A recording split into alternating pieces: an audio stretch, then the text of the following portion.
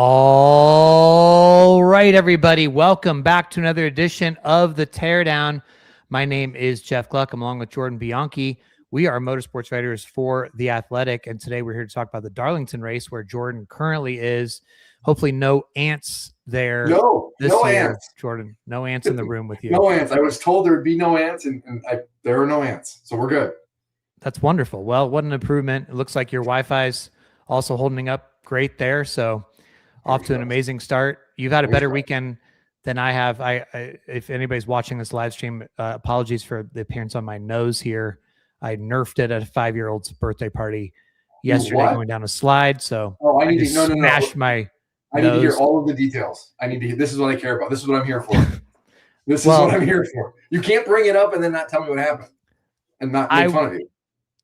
I was going down a slide, and it is one of those slides where you have to go. It's this place called Slick City. Is my 5-year-old daughter's birthday party. You have to go head first down the slide. I said you were going to Slick City. It doesn't sound like you're going to a kid's amusement park. I'm just saying that right now. Well, anyway, I went down, and there was this one that's like a jump, and I went off the jump, and I went bam, and I just smashed my face. And my 7-year-old's with me, and she's like, "Let's go again, Daddy." And I was like, and I was like, "Oh no!" I was like, "What just happened?" I thought I gave myself a concussion or something. Anyway, I thought it was actually going to look a lot worse than this, but this is the best it's looked in the last 24 hours. So, is there video? Please tell me there's no, video. not of me doing it. Unfortunately, no. I am going to call them Slick City. I'm going to call them and see if I can get some video. I don't think there is any, but you know what, Jordan? You were at a place that was Slick City today because it was a hot Darlington race, and they were sliding around. So what was your impression of everything we saw there at Darlington? I mean, it's Darlington. Tires matter. When you pit and not pit, how you time it matters. It was not what I think a lot of people expected. I think it's fair to say that it was probably a little overhyped, if you go back and look at some of the comments and everything, and that's fine because no one knew what to expect. But it was an old school Darlington in that sense where like you had to manage your equipment, you had to manage the conditions, and it was about perseverance. It also it also wasn't a lot of great racing at times. The first two stages had one, I think, natural lead change outside of pit cycles and everything. And so that was a challenge. The fact that Reddick had issues and set him back, the fact that Blaney had issues and he got set back, I think helped it because it created a storyline, it created a narrative, and it showed that these guys coming up through the pack. And had either of those guys stayed up front all day, I think it probably would have been a runaway, and even more than it really was, and that really would have hurt. It was fine. It was just fine. It was better than what we've seen here probably in recent years, but it's not the amazing craziness that I think, a lot of people kind of were anticipating going into this. Well, certainly you seem disappointed on behalf of Team Chaos there because anybody that wanted a huge outbreak of cautions and insanity in terms of the drivers not being able to drive it, I don't think that's what happened. But I guess I was interpreting the comments differently than a lot of people were based on the reaction that I saw, because I thought that what the guys were saying about how hard it was to drive and how much there was going to be tire wear, I wasn't thinking, oh my gosh, this is necessarily going to be like the greatest racing in terms of like head to head. I thought it would mean more slipping and sliding, more comers and goers, more people. I thought the field would get spread out more, but that you would see like Ryan Blaney had the quote where he says after the race, "Oh, I this might be the first time in my Cup career where I let somebody go at the start, and I said, oh, I'll see you in about 20 laps, and sure enough, they came back to you." That is what I was expecting with the type of fall off that we saw. 3 seconds of fall off or whatever. The high tire wear. I mean, the guys had to drive it today. And you saw the good cars be able to move up through the field. I mean, obviously, look, Blaney restarts 20th, for example, after another bad pit stop, drives it up there. Reddick goes to the back, drives it up there, right? Like similar to Vegas, right? Like I think you could see the good cars, and also similar to Vegas, if the dominant car of the day, like you said, if Reddick had stayed out the whole time, if Denny Hamlin had been out front the whole time last week, we're looking at a way different race, like, because they could have really dominated. But the fact that they had to have some adversity and go back and then come up through the field, to me, made it more interesting. But I thought it was, I mean, a purist race for the most part. Like, and so I enjoyed it from that standpoint. Like, you really had to. This is what people have been asking for. We had so many years where it was like, oh, the best car never wins. You know, oh my gosh, this is too crazy. It's just too much of a circus, too much of a clown show. The 550 package, all this stuff, right? So now it's gone this direction of, okay, let's get some purity back in the racing. The last couple of weeks, you've seen the best car win, even with adversity. So I'm like, I'm not going to complain about that. You know, I liked it. Yeah, I think both things can be true, though. You know, I think it was more of a pure race where the best car, best team won the race, and it had an old school feel to it. But it's also fair to say that maybe also at times wasn't the most entertaining, and that there wasn't as many lead changes as I think a lot of people thought what we would see. You know, outside of restarts and pit cycles in stage 1 and 2, you didn't really have. I'd have to go back and look. I think you only had one. You only had one natural lead change. You know, that's not. You know, I think you'd like to have more of that up front, and that's frustrating because, and I don't think, and the way this is hard for me to say because I'm not a driver. From the outside, at times it didn't look like the drivers were out of control, sliding around all that much. You know, it didn't look, and I guess you should say it didn't look much different than we have seen in past years at Darlington, where it's hard to drive Darlington. It always is, and it didn't have that appearance. So I think if you would have taken away all of the context going into this race, with everybody saying everything they had been, and just had this race happen, I think people's opinion of this would be much different and more in line with yours, and probably very much enthused by this.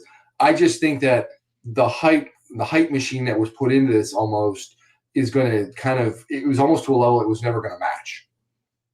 Well, I mean, yeah, to that point, I mean, you have Chase Briscoe and Denny Hamlin saying, you know, it was out of control, wrecking in the sim, and you couldn't even barely make a lap and all that stuff. I mean, there could be another explanation. Let's listen to what Ricky Stenhouse Jr. said on the Gluckcast this week in terms of his prediction for what could happen if everybody thought it was going to be out of control. I feel like sometimes when the cars are really hard to drive, we're a little bit more aware of that, and we end up having less cautions. So I don't really know how it goes. You know, sometimes I feel like when people are comfortable, you kind of let your guard down, and, you know, that's when mistakes happen. You know, so high tire wear, you know, yeah, maybe you get some toe links here and there. It'd be interesting to kind of see how that plays out. I mean, so what do you think of that? Is that a plausible explanation? Yeah, I think that's very fair. I mean, drivers knew you going into this race, if you say old school, it was going to be attrition almost. It was going to be managing your equipment and not putting yourself in a bad spot. We've heard a lot of that in the broadcast. I thought Kevin Harvick did a really excellent job today explaining that, of just like, you need to be there at the end.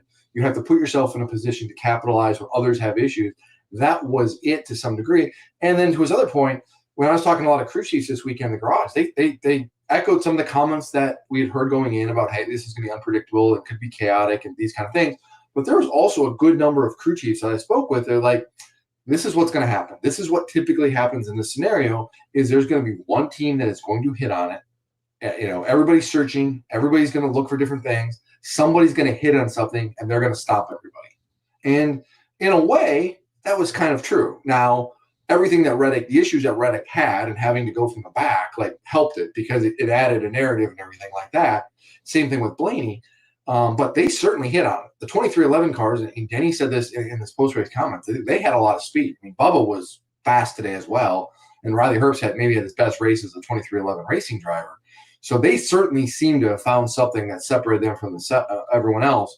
What brought everyone else in is the fact that they had other issues. I wonder if when you look at this race, is there going to be more of a push to bring this package? Because last week at Vegas, Christopher Bell gets up there and is asked about what's going to happen in Darlington, right? And he's like, man, I hope that they do this for all the mile and a halves. It's time, right? And you heard some of the drivers say in the media scrums at Vegas, well, I'm not sure yet. Let's see what happens at Darlington. If the drivers really felt like you could pass and race better, will they want this at a place like Kansas or, Charlotte or Homestead? After this today, though, I think I'm not ready to go the driver's direction on that one. I need to pump the brakes on that, because as much as I thought this worked at Darlington, and this is a pure old school race that should be like this, and as much as you want this at a road course and a short track, I don't know if you want to mess with what works in the next gen era at the intermediate tracks yet. I think those let's not go down that road where we're really messing with that. Like, I think that would be too far and a mistake at this point. Now, if it progresses to the point where it's all just such an aero game after a while, and you lose what people thought was cool about the intermediate tracks in the next gen car in the first few years of them, maybe it's a conversation, but I don't think you want to see that yet, where you want to spread the field out like old school at this point. What do you think? No, because you go back when the intermediate tracks and the old versions of the car, people hated those racetracks. There was a dread and a sense of, oh, we're going another mile and a half again, even when you had tire wear. It just, the field got spread way too far out, and you didn't have great racing. The mile and a halves right now are the best product in NASCAR, period, hands down. What happens at Charlotte, Homestead, Kansas, and some of these other places is spectacular. And you can't mess with that. You can't do, and I agree, you've said this before, and I've come around on it, in that you can't do a broad sweeping, hey, this is how it's going to be for all of the racetracks. Like, you can't just have these, one package for everything. It doesn't work that way. There's these tracks are too different. Darlington's abrasive surface. Any package you run here, for the most part, you're going to have tire wear to some degree, just because of that's how the surface is. That's not the same case as everywhere else. So you have to be really careful of thinking, well, that worked at Darlington, well, this is going to work at Charlotte or somewhere else. It's not the way. And so you got to be really careful with that. And you should have more of this. You should be focusing on the short tracks right now, and the road courses to a lesser extent, but don't touch what's happening on the mile and a half, like Charlotte, Kansas, and Homestead, because those are fantastic. I agree. Not yet. Not. Let's no, pump the brakes on that. There's a pecking order on how to do. There is a pecking order on things that need to be worked on. That's at the bottom. That is literally at the very bottom of that list. Well, certainly this was a race where teams came into it having to guess and having to predict what this was going to do, the lower downforce package and all that stuff. Now we saw some teams immediately were sort of way off. Like, let's start with Joey Logano, for instance. Oof. Joey Logano had a shocking day. This is a former next gen winner in this car at Darlington. He had not finished outside lower than 21st there since 2014. I was looking up. And this is a good track for Joey Logano, no matter the car, no matter the package. And there was nothing that happened to him today other than his handling was terrible. His car was slow, and he finished 3 laps down in 33rd. While his teammates, by the way, that's the thing. This isn't Ryan Blaney. I mean, despite again bad pit stops for Ryan Blaney, still drives all the way up to finish 3rd. One of the fastest cars of the day, it looked like. And Austin Cindric put together a very complete race. 2 good stages, finished 5th. Just had a very solid day all around, was up there. What in the world happened with Joey Logano? You have bad days, and apparently they had one. It's been a struggle, and they have had issues on intermediate sized tracks. And I know they won it last year at Texas. I know they won a few years ago at Las Vegas. Those are, I don't want to say one-offs, but those are outliers. That 22 team has not been good on these type of tracks. Their bread and butter have been super speedways and short, flat ovals. And they have been able to get by on everywhere else because of what they could do with those other places. And then obviously with the format of how the playoffs set up, they were able to hit on it. And when they won at Las Vegas a couple years ago, that was on fuel. That was not performance. That was a fuel mileage win. They had a bad day. I mean, they had a bad day. And what makes it even worse is that, like you pointed out, it wasn't like organizationally they like, oh man, like Penske's got problems here. Blaney arguably was the second fastest car in that field, third maybe. I don't know, depends how you look at him with Keselowski. One of the fastest cars, right? Whatever that is, could have won this race. Maybe should have won this race. And by the way, if you are a pit crew member looking for a job, reach out to Team Penske this week. They may have some openings. They might need some people because that's not good, man. Like, I mean, can I ask you a question? If you're Ryan Blaney, like Ryan Blaney has a reputation for like just unloading on the radio, just venting. Like he would have been justified today. Like absolutely just like how does that happen? Happened twice in Phoenix, happened twice today, and then they had litany of issues last year as well. Like it just can't happen. Man, that was not good. I mean, twice.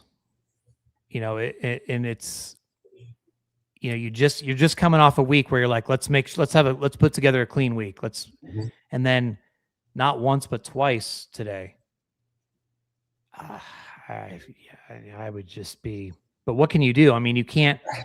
I mean, I don't know that screaming at them, they know it's bad, and screaming at them is not going to help. But I mean, you've got to. I think it's more about asking the tough questions internally in the meetings. Like, all right, what are you going to do to help me out here? Because I mean, you're kind of screwing me. Now, that said, he didn't have. It looked like he had the 5th fastest car according to Auto Racing Analytics, who posts he posts that graphic, had the entire 293 laps been based on the optimal lap model that he has. He has Reddick fastest, then Keselowski, then Bubba, which obviously he was fast until he got taken out in the Hamlin incident there. And then I think he has Briscoe and then Blaney. But still, I mean, it's a really fast car. Yeah. He was one of the best, and you can't just keep putting him back in traffic and expecting him to drive through. And I think if you're Blaney, what has to be maddening is that this is repeatedly happening. And we're not sitting here saying that Penske is sitting on their hands doing nothing, but whatever they have done isn't seemingly working. And so that is the frustrating thing. It's like, this isn't a one-off. We had a bad week or had a couple bad weeks. It happens. You do see pit crews kind of go through stretches where just, they have their mistakes. This has been a continual pattern now for a long period of time. And why? We don't see this. It doesn't seem to be happening to the other Penske cars. Why is it happening to the 12? And that needs to be resolved, because this is somebody who shouldn't have to be playing from behind on his back foot every single week. It's just, and you give me the stats about, 6th fastest car. And it's like, okay, I get that. I also would have liked to see Blaney be up front for most of the day and have clean air and all those advantages. Like Brad didn't have to worry about that for the most part. Briscoe, once he got to the front, was kind of up there. Reddick is an exception there. It's like, it would be great if Blaney could just have a race where he runs up front and he's going to be up there, instead of every week it's like scramble mode and they look like the Keystone Cops. Well, clearly, I don't know the verdict. It's a split verdict for Penske, but it was a very good verdict for 2311. Tyler Reddick wins his 4th race of the year. 4 out of 6 so far.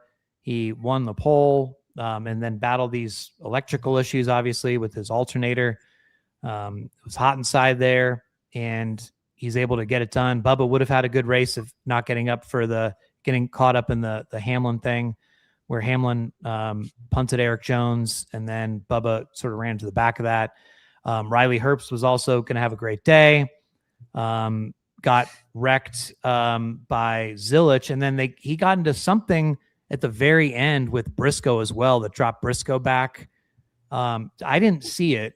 I don't think TV showed it. But there was all of a sudden the radio lit up coming to the white flag, and they're like, get down to the apron, get down to the apron. The 45's winning. We don't need a caution here. Mm-hmm. And then I saw that Herbst and Briscoe fell to 12th there.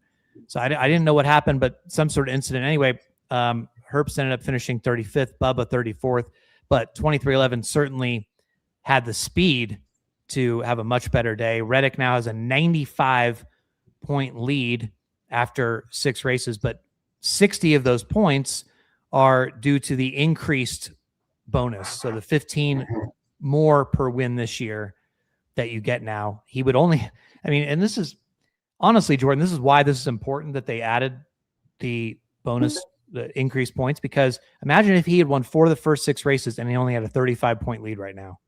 I mean, that would be insane. But 95 as it is, and 2311 did look great today. You keep saying they're the big 4. Reddick was asked that today in the press conference, and he said, "We'll let you guys all decide that." So he wouldn't go there. But I've decided. I was going to ask.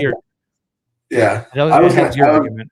Yeah, I was going to ask Denny Hamlin that. I'm like, nah, I'll let it be. I've already asked it enough. But like, what more do you need at this point? Like, I mean, you want to talk? They won on a drafting track. They've won on a road course.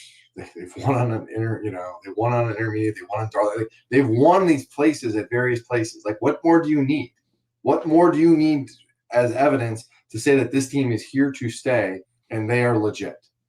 And for the people that sit there and say, oh, they got, you got to have a bigger picture. Fine. I'll give you the bigger picture. They won the Brickyard 400 last year. They won the regular season points championship in 2024.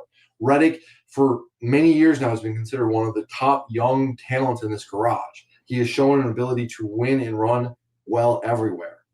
This team is legit. They've got resources. They're not lacking sponsorship. They're not lacking money. They've got a beautiful building. They have smart ownership. What more do you need to think that they aren't here to stay and they should be considered one of the big 4? They're outrunning Penske. I said this a couple weeks ago. I would rather have this team right now than Penske, and I stand by that. Yeah, I'm still not ready to put 2311 up there on a consistent basis. I mean, I'm not taking anything away from them. I think they've had an incredible start. They obviously were very impressive today, but this was also a track that was an unusual, sort of guessing game type thing, and they nailed it. Look, I mean, they did a fantastic job. I do think you're seeing maybe the Chevys off a little bit right now. Like, Hendrick did not have a great day today overall. And we'll talk about that in a moment, but I'm still putting it to me, like after what Dale Jr. said on the download this week, I kind of changed my mind on Penske as well. Like I think, and I think it's more of like a big 2. I know we keep changing, you throw big whatever numbers right now, but I think it's Hendrick and Gibbs that are going to end up dominating the season. Look, if 2311 goes to Martinsville next week, okay, but I feel like we keep moving the goalposts with them a little bit. Like, they need to do this, they need to do that. They're outrunning JGR right now, period. Like, they have faster cars than Joe Gibbs Racing, even within yes, they do. Look at Reddick today. Look at Reddick today. That again, this was a little bit different. I think last week at Vegas is like what you will see for a lot of the season. And I think it was a Hendrick Gibbs thing last week for the most part, but I don't know. I mean, no, I get it. You'll stick to your guns on this one. I know. I'm sticking to them. And I will say, like, we talk about the big 3, like it's Hendrick and Gibbs. We'll give them that. And then it's 2311. And then when we say Penske, like, we need to separate Penske. We need to go back. It's like, it's the 12 of Penske. It's not organizationally at Penske right now. It's just the 12. Yeah. And I'm still not even, like I was talking about on the Gluck cast this week. I think it's the 3 lead cars from Gibbs and Hendrick that we're going to see ultimately competing for the championship this year. Again, Reddick, look what he did today. You can say, well, he's going to be up there. Blaney, you could say he's going to be up there. But I think when you talk about 10 races, I mean, how can you trust at this point? How can you trust Ryan Blaney's pit crew to hold up for 10 races in a row where you have to have a flawless sort of championship run? And again, Reddick, yes, it's been a great start, but it's also 2 super speedways in a road course, one of which is in the Chase. So I don't know. I'm just not there yet, but it's early, so we'll see. But speaking of Hendrick, I don't know what in the world exactly happened today. Even before Larson wrecked with just under 10 laps to go, I went back and looked at his in-car, just hit the wall on his own. But he was going to finish 11th. Byron finished 8th. Elliott, made all the Elliott fans mad because I was trying to defend Gustafson for long pitting. So he's going to get back up there. He's going to make up these spots. And they're like, no, he's not, you idiot. No, he's not. We've seen this movie before. And they were right about that. And Elliott fans are not Alan Gustafson fans, man. Like, that is you go down They that tweeted road. at me like I was Alan Gustafson. So now I know what it's like to be him. They are not fans. And then obviously Justin Allgaier subbing for Alex Bowman in the 48. He finished 24th. But yeah, I mean, so even before Larson gets the 32nd place finish, which is a huge points hit in this system. I mean, where did he go? He lost 3 spots in that one moment there. So yeah, he's down to 10th in points. It's not where he wants to be. He's 149 points behind Reddick, and that's the guy that most people thought if he's not going to win the regular season championship, he'll certainly be a top 3 seed. But yeah, that one hurt for sure. But anyway, yeah, I mean, Hendrick, is it the nose that's the new body that's giving him issues? Yeah, I mean, or they just missed it at Darlington, or they didn't have it today, and it just right now. There seems, you talk to people in the garage and it's like the Toyotas right now have more horsepower. It sounds like it's like they have better engines than what the Chevys have, and that is, it seems like, is the difference maker.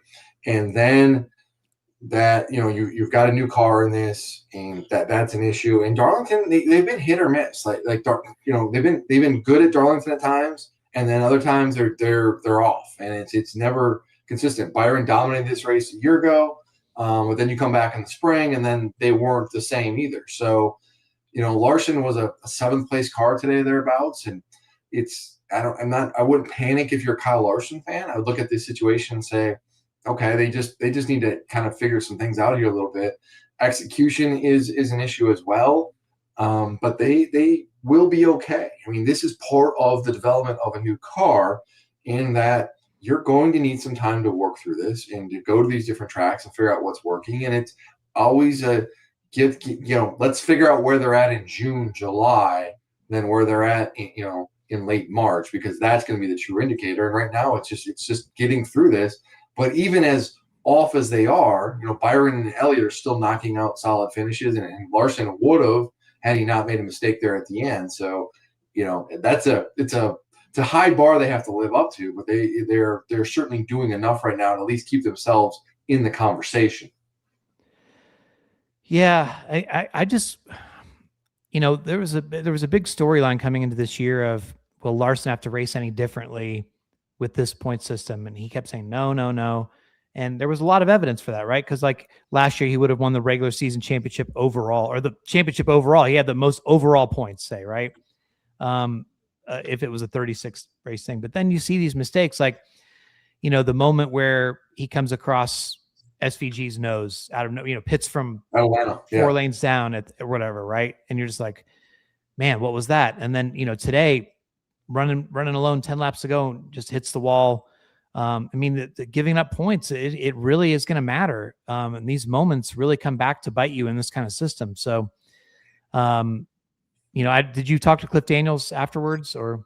Yeah, when we had a conversation, it was, you know, background off the record. I mean, I'll just say, like, Cliff is like, you know, like, this is the adversity you're going to learn from, and that these are the moments you're going to be tested, because listen, we're maybe not hitting on all cylinders right now, but we're still a top 10 team, you know? So that tells you, now we need to clean up our mistakes and that kind of thing, but like, we're going to be okay. There's no need to panic.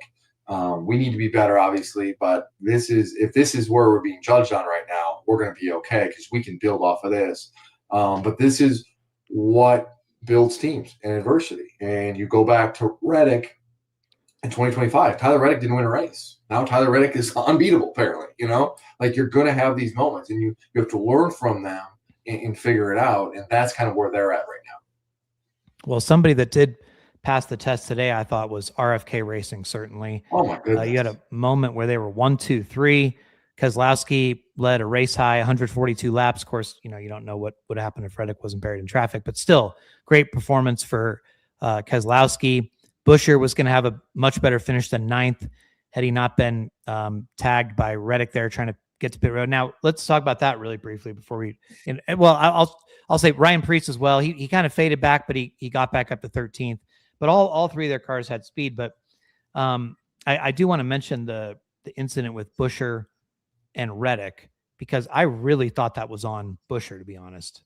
Like, I know that people are like, oh, Reddick ran him over and all this stuff. But like, I watched Reddick's in car. And I mean, it's just like, he has no warning he's pitting, which again, I get from the standpoint of like, if you tell one of your, you're not trying to let that guy come down pit road with you, so you don't want to give him too much warning, but like it pretty much looked like he stopped on the track, slammed the brakes, and Reddick just plows into him, doesn't know what's going on. Right. So unfortunate that happened, but to blame Reddick like it was the same incident as a few years ago, I don't think that's, I don't know. I don't agree with that one, but anyway, I regardless, RFK has made great strides this year. They've got all three of their drivers in the top 12 in points right now. After the first 6 races, really great start. There, that, like for instance, Ryan Preece is going to be great at Martinsville next week. Mm-hmm. So I feel really good about where they're at right now. They're doing all the things they need to do, and they were really competitive today. Look really, really good. And when you have when you have speed like in your cars, you have to take advantage of it. And they certainly are doing that right now and getting good finishes. And we do this prediction or this preview on The Athletic every week. And one of the topics was, pick a sleeper. And of course, Eric Jones is the guy. And by the way, Eric Jones came back to finish 10th, like despite getting spun out today, like really good day for him. I think that's 2 top 10s in the last 3 weeks or something. So he's kind of turned around a little bit. But I looked at the numbers, and Keselowski was like outrageously high. And it's like, this guy won this race 2 years ago. They were fast in Las Vegas. Like, why are people overlooking them a little bit? But this is what they've done. They've really done a good job. And they are an organization where they go on these streaks. We have seen it where, like, when they have the execution, they have the performance, they have the speed, and they look really good. Buescher a couple years ago won back-to-back races, Michigan and Richmond. And Brad had a stretch there where he was lights out and looked like he was going to win a bunch of races. We've seen this from them before. Their thing is prolonged, season-long excellence, and that's where it's been an issue for them. But to start off this way, that is really, really encouraging. And there's no reason to think that this can't continue, not just at Martinsville, where Brad has won before and Ryan is really, really good there, but you've got some races coming up. Bristol, for example, Brad has been good there. Buescher won there a few years ago. They are in a position now, like they can start running together some races and knocking out some wins. Like it's an opportunity here really to kind of solidify themselves. I didn't know what the heck happened with the Hamlin Jones incident, because it sure looked like Hamlin just ran Jones over. He certainly seemed to think, or his team certainly think, like that was a intentional thing. Denny comes on his radio and is more making out like it's a block. But regardless, like you said, Jones is able to get back up there, and just I'm not sure I can think of another driver where a certain track and them over and over again seem to just keep delivering. Like you said, for this feature we do on The Athletic, it's like, well, who's a sleeper? And it's like, this is Eric Jones week. Like, easiest pick. And yeah, there again, another top 10. I mean, it's just, he's so good at Darlington. It's just amazing. Yeah. He just seems to elevate there. So, that was super impressive. Austin Dillon at Richmond comes to mind. There you go. There you go. Dale, 2 years, but yeah. Dale at Talladega and Daytona for a while there, like way back in the day. Morgan Shepherd had at Old Atlanta, the old configuration, like 2 configurations ago. Morgan Shepherd was just like a god there. Like it didn't matter who he was driving for. He was just amazing. But some drivers just hit on it. I mean, it's like Darrell Waltrip back in the day, like Nashville was his home track where he grew up. Like anytime they went there, he was just going to win. Or, he won like 7 straight races at Bristol, It's just. Well, yeah. I mean, like right now, currently. But yes, I get your point.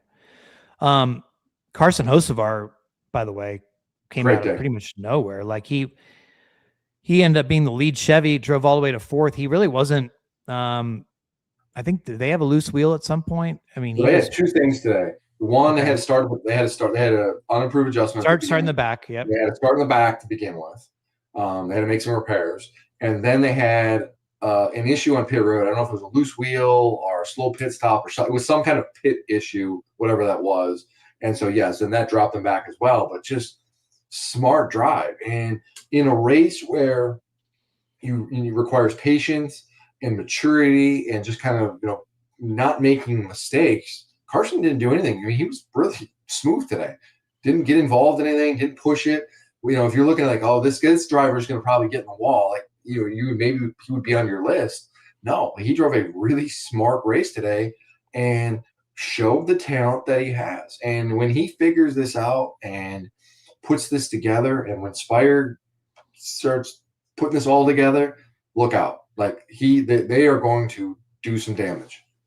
Well, Spire, I mean, look at Daniel Suarez today. He had a great day as well. Another great day. Finished 7th. He moved up 3 spots in the points. So you look at the point standings now, and all 3 Spire drivers are in the playoffs as we speak at the moment. So Hocevar 13th in points, Suarez 14th, and McDowell tied with Logano for the final spot. It was not so much a banner day, though, for Trackhouse, which saw SVG as the lead driver, the lead finisher, finishing 14th. A great run for him. And I think that was partially set up when he stayed out on the older tires and was able to maintain at least some semblance of track position, I think. And so he is back into up into 15th in the playoffs. Excuse me. Chastain wasn't really much of a factor today, finished 16th, and then a better workmanlike solid run for Zilich, despite getting into it with Herbst, who finished 18th. But when Ross this week told you guys at the media session, I don't know why Daniel's worried about me. He's ahead of me right now. I think that is the case. I mean, Suarez is, Spires is ahead of Trackhouse at this moment, and I don't know what Trackhouse has to do to get like Chastain more competitive again. Maybe it's I don't know. I don't know what's going on there. It's not just a Chastain thing. I mean, it's an organizational thing. We're sitting here celebrating SVG because he finished 14th. Now, granted, within the bubble, like that's a really good run. Yeah, it's really good run for him, 14th, but their standards should be higher. And Zilich by itself had a good day, a rookie, leaving Darlington with a top 20. Awesome, especially considering the start of the year. But you've got to have speed, and they haven't consistently had speed on ovals in their race cars for a while now. It has been a struggle. When's the last time Chastain came out on an oval, particularly an intermediate oval, and was fast in practice, fast in qualifying, and backed it up in a race? It's been a while. And that's the thing. We know that Chastain's got the ability. There is no doubt. You put Chastain in a Hendrick car or a Penske car or one of these other upper echelon teams, he's going to win some races for you, and he almost won a championship. But they're just organizationally, they've got problems. They've got some serious issues. They've had some restructuring, but they have not had the performance in their cars. And that lack of performance has led to them doing the restructuring. And they just have to get it sorted out. We talk about ebbs and flows when we talk about RFK.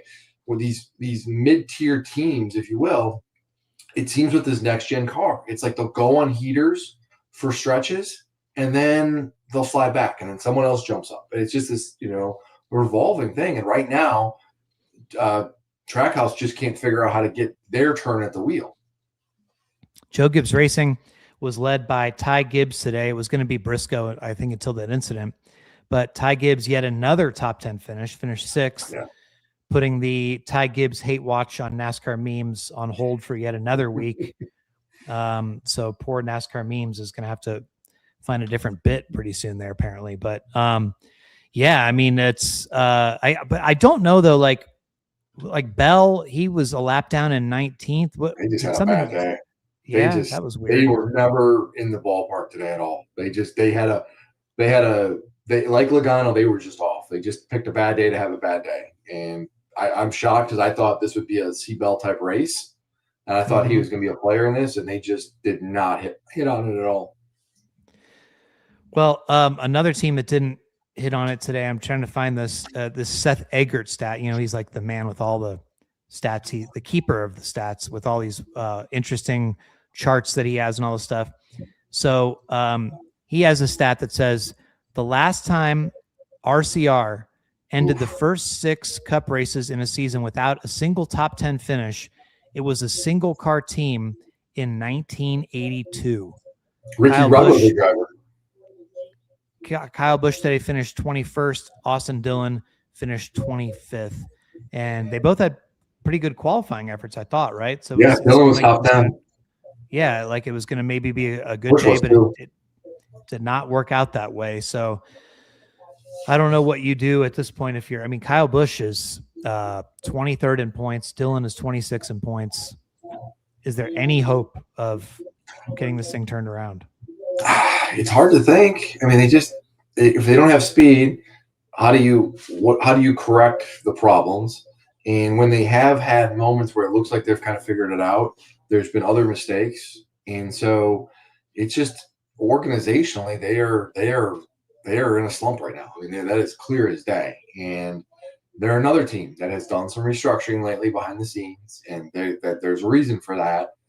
I don't know how you keep this situation with Kyle from not combusting, because he's obviously going to be frustrated.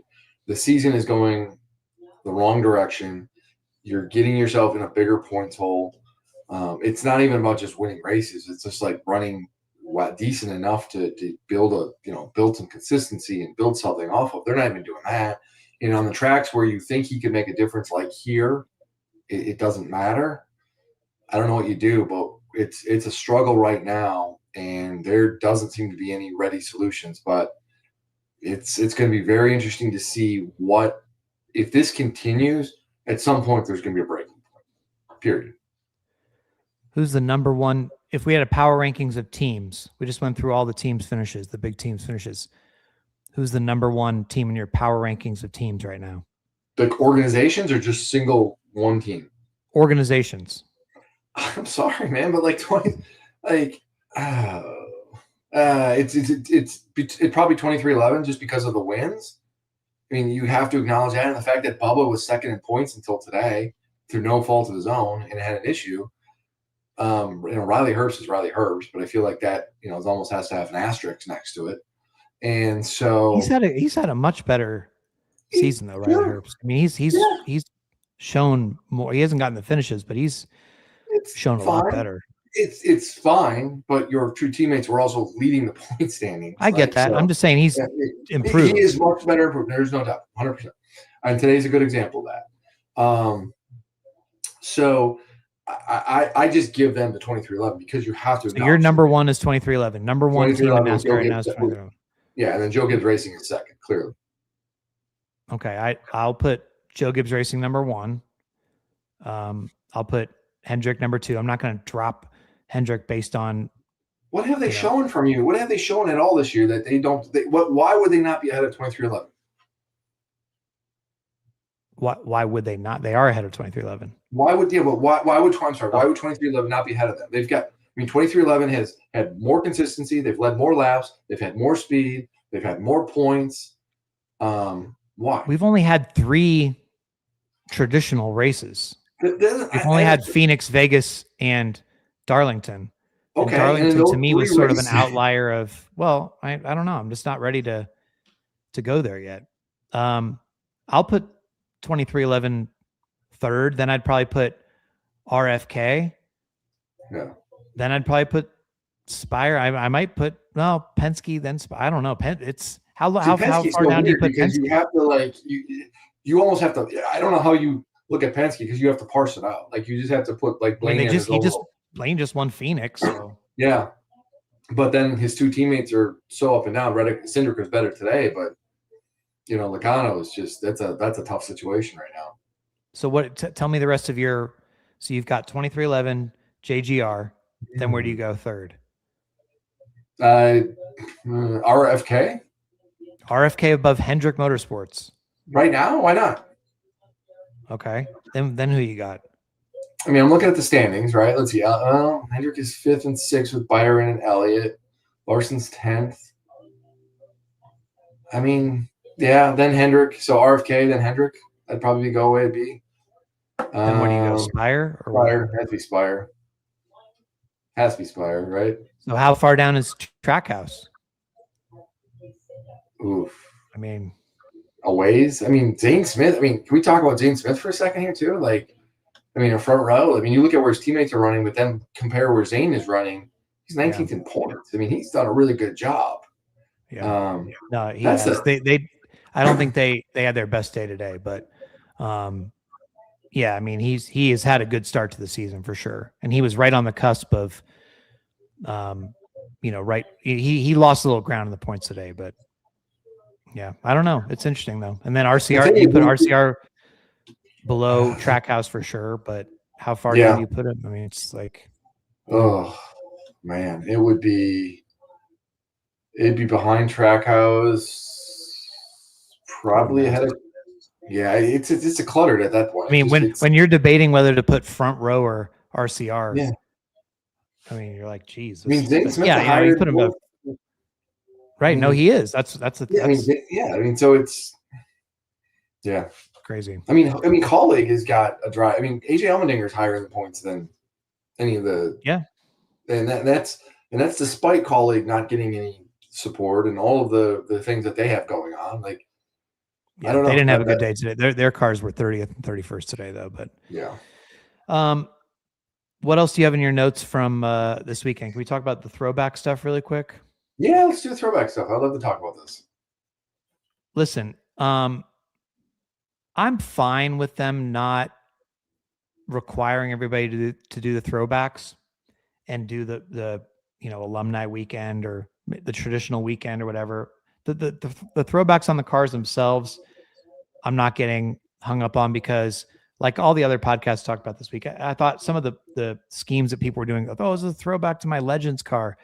Nobody's ever seen this. Nobody has any idea what this is stupid. And then you ran through all the memorable paint schemes so fast over the years. So I get that. But in terms of like, I guess like the retro weekend is something that I like. And one thing that I really wish, Jordan, and I think would have helped tremendously encourage people to do more throwbacks, is for 1 weekend a year. 1 weekend a year. It's all I'm asking. Okay. I get the whole dynamics of it. Let them run the door numbers in the center of the car just for this one weekend a year. Why?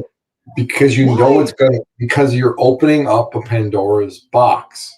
If you do it, it's like the slippery slope that you slid down this weekend.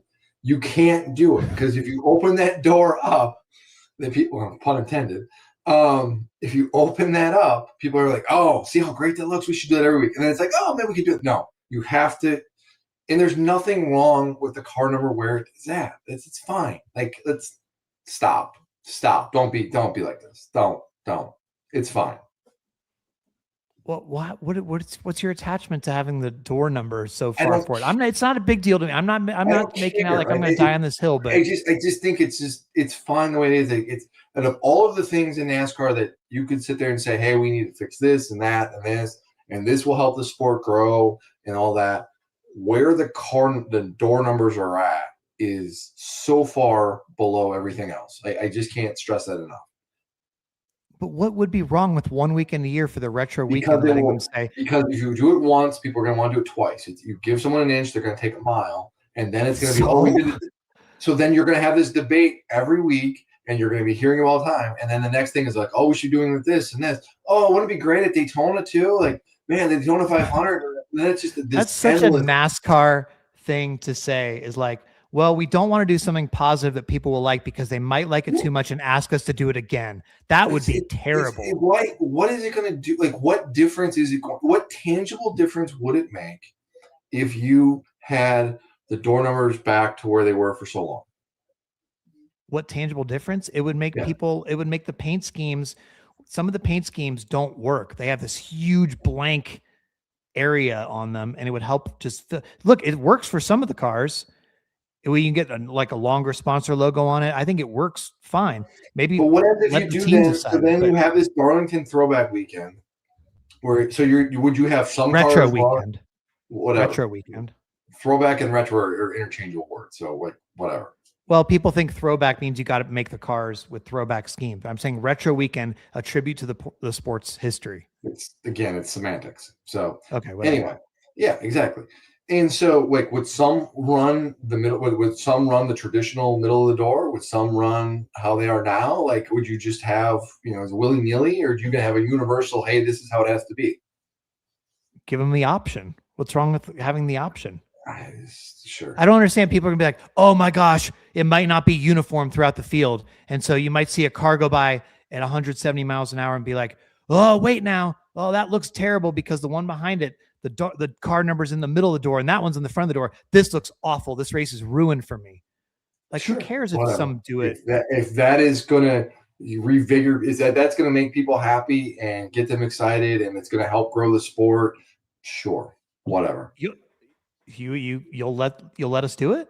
You'll change your mind. Whatever. As long as I don't have to hear about this. We got this Jordan's again, support, everybody. as long as I don't ever have to hear about this again, great. Because it's just sure, whatever. But did you talk to any of the alumni, or did you enjoy that part? Yeah, it was fun. I mean, it's great to have people around. It's great to have the alumni around and excited to be here and walking the garage and seeing them and chatting them up. And Dave Marcus is here, and I always love chatting with Dave and hearing his stories. And it brings me back to my childhood. And it's he's such a character, and he's basically he is kind of he's quintessential NASCAR in so many respects. And it's great to have these guys here, and I like the weekend. I think they've struck a really nice balance of not forcing or kind of compelling teams to do throwbacks, because it just became too much of an issue for some of the reasons you laid out, and sponsors and everything. And I get that, but it's like, if you had a reason to run it, or you felt like you wanted to run it, then run it. And I like that. And you still had the 43, you had, running the Petty Blue, you had the Earnhardt's paint scheme, and the Truck Series, you had a Darrell Walter paint scheme. Like, it was cool to see that. So, and I will say, like, the fans here, you saw, it felt like anecdotally, you see more throwback merchandise still here than anywhere else. And it feels right to do something like that here. But I like the fact that you don't have to beat everybody over the head with it. And it's like, hey, it just kind of feels more organic, I guess is the best way to say that. Well, Jordan, it's time to guess on the good race poll. Now, I was trying to stall. I assume he's driving home, Chase Briscoe. I don't have his guess here. So I will, maybe tweet that or factor that in once he sends that in. If he's still playing, I don't know. You won last week. You were much closer to the correct guess. I think you were only like 0.3% off or something at Vegas. Yeah. Vegas was 61.2. I think you would guess 62, something like that. And so yeah, it was really close. And you're it's now 3-3 according to Big Joe Wall. Now, Jordan, unfortunately, we've gotten some news here about your poll guesses. Inspection for your poll guess has failed. I have two sources in the media center who have said that. No, I asked Danny Hamlin. I'm not. Yeah, no big deal. Immediately after the race, after the press conference, apparently you went up to Denny Hamlin. I didn't go up to him, but sure. And you asked. I have two sources saying that you. It's not a source. I'm literally telling you here, right now. Yes, I asked Denny Hamlin about what his poll guess would be.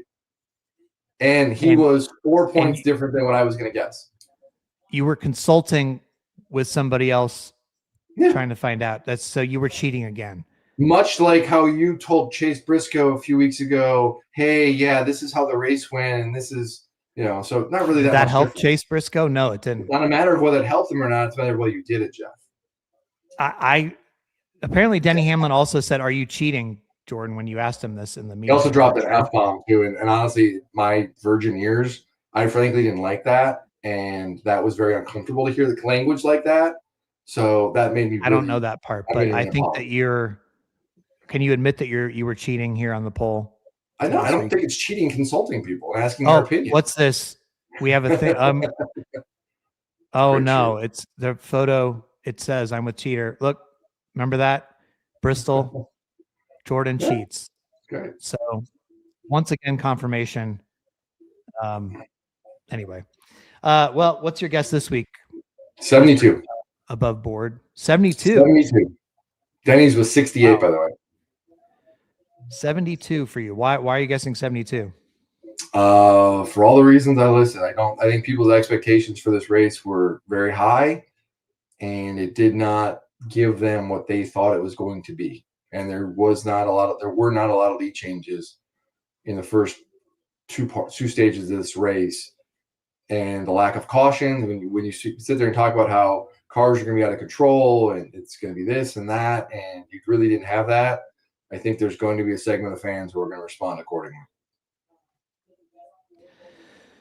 So, Jordan, there's been 17 races in the poll at Darlington, and the two lowest Darlington races were the two races last year. The one that Byron dominated in the spring that ultimately Hamlin won was 45.9%. Chase Briscoe's Southern 500 win last summer was 61.1%. I felt like, since people said Vegas was 61.7%, I think I'm going to get some of the purists will say this is a good race no matter what, and you'll have a lot of people who said this is overhyped. I'm disappointed. I was going to say this isn't what I want, but I don't know if people know what they want. But because of the Vegas rating being 61.7, I'm going to say this is going to come in at 61.8. It's going to be my guess. So I have that is a very good guess, and I thought for sure you were going to go higher. No, because while I liked the purist thing, I don't think that other people felt the same way. So, and we'll see what Chase Briscoe says if he hasn't quit the game yet. But I get it if he has. But all right, what else do you have on your mind? O'Reilly or trucks or anything like that? Yeah, a couple things. Let's we mentioned last week, I want to give a shout out again on Corey Day. Like, another good, clean race, showed a skill set, keeps knocking off good finishes, staying out of trouble. It just really, really impressive. And people who, want to criticize him and some things he did, fine, that's deserved. But let's also recognize that he's got a lot of talent, and he is going to be very, very good in these cars once you give him some seat time. And he is going to be a driver who is going to be reckoned with in a big way. And truck race, I thought you like that? Entertaining? Yeah, it was great. And I want to mention Corey Heim, like just exceptional. Like, yes, he had fresh tires, and that makes all of the world difference here, but he didn't drive in Chastain. He drove hard. He drove smart. He took advantage of the situation. Another late race restart. And yes, I know he belongs in the Cup Series. I promise you, he's going to be in the Cup Series very soon. But it's unfortunate that he's not there now. But he continues to show why he is considered one of NASCAR's elite prospects. Yeah, I thought. Look, I mean, I loved the drivers only broadcast for the most part, but I thought it was a little bit of a so good. I thought it was a little bit of a miss because we heard on that last, on the last pit stops or whatever, like, oh, Timmy Hill has fresh tires, but apparently there was several trucks that took fresh tires. We never heard that Heim was even a factor, that he had fresh tires. And so while it was sort of like whoa, this is crazy out of nowhere, where did he come from? It was also like, man, I wish we had been able to, to know, like, I wish the pit reporters had said, hey, here's the tires, here's the tire situation, here's just who just came down pit road, all that stuff. And then would have been able to track, like, oh, here comes these, like, will they have enough time to get up there? I felt like we missed that. Good point. It sort of got sprung upon us, but it was still cool because, it got sprung upon Ross Chastain as well, I guess. But he was like, yeah, it was like, whoa, oh my gosh, this is insane. How did this just happen? But I think from a viewer standpoint, we kind of needed to be more in the loop on, like, what exactly was going on tire strategy wise there. And it was like watching at home, it was sort of a blind spot of like, what? So, but yeah, it was obviously cool for Heim and a great drive and great move. Even on the last lap, you're like, I don't know, is he going to get there? And boom. So that was pretty cool, and cool for Justin Allgaier to win 4 wins at Darlington now, more than he even has at Phoenix. So the most he's has at any track. So cool for him. He's very much a throwback, and he's made a career out of excelling in the O'Reilly series. And there was a time when that was, for a lot of drivers, that was the pinnacle, and there was nothing wrong with that at all. And I don't mean that disparagingly. and he is very much kind of doing that, and it's good for him. He's at a point in his career where he's with a great team. He's happy. He's successful. It's like, why leave? Why give it up? Well, Jordan, we'll be back in the same room next week for the Martinsville race. We'll both be there. And you have a court case to attend on Thursday. More filings. That's another hearing. A lot of, what? I'm sorry. What was that? Another hearing to attend on Thursday. Yep. Get the seat cushion back out. That's going to be a long one too, by the way. It's going to be very interesting. A lot of interested parties in the garage are watching what happens Thursday and watching how this unfolds. Set the scene for us. What's going on Thursday? Preliminary injunction. So just kind of really getting the nuts and bolts of what Chris Gabehart can do, can't do at Spire. How long does that go for? What information is out there? There's also a forensic analysis done on his computer. I don't know if we'll see anything on Thursday. I think we probably would. And so, it's going to be interesting. And then, the last time we were in court was, there was a mention of, well, has this information potentially been shared with other teams? And where does that go? And is there any evidence linking to that? There was a thing this week I thought was interesting in the document, in one of the filings, and that, JGR can now, so let me reverse this. Now Spire can do discovery on JGR and everything related to what was going on with Chris Gabehart related to his contract and when he was let out of the contract and that kind of thing. And now they're they can go through JGR's cell phones and computers and that kind of thing. So we'll see where this leads. All right. Well, everybody, we appreciate you as always for listening. I will be back with the Gluck cast on Thursday. Jordan will, I'm sure, have a reaction video, probably on the Dirty Mo Overdrive channel. I don't want to speak for you, but I imagine you'll have some sort of an update after court on Thursday as well. So in the meantime, everybody, thanks as always for listening, and we will talk to you next time on the Teardown. See you, everybody.